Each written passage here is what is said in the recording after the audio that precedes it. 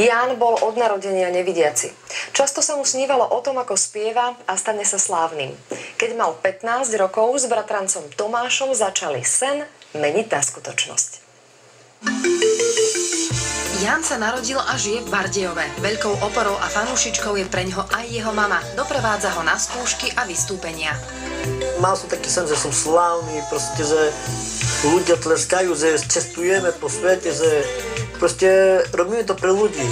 Bratranci založili skupinu s veselým názvom Gypsy Chipsy. Skupina má 4 členov a sú spolu takmer denne.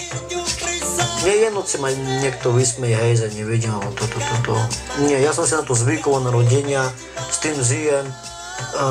Všetko dokážem, čo chcem. V textoch a klipoch nechýba humor a nečakané zvraty. Skladby sú o láske, o bolesti, aj o pomste.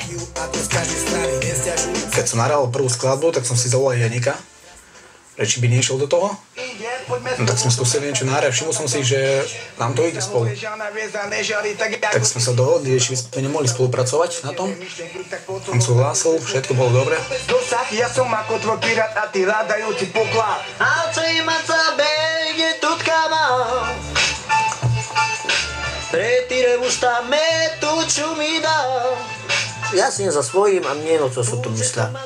Tí, čo sa vysmievali, ako sa hovorí, budú ešte ruky podávať.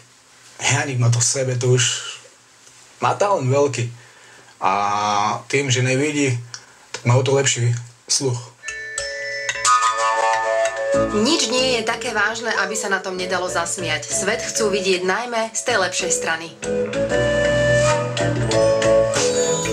Niekedy tie nezmysly, keď sa tak dajú dokopy, tak vznikne celkom veľká sranda. Ľuďom niekedy to nedáva zmysel, že o čo nám tam ide, ale nakoniec sa aj tak posmejú a toto je účel.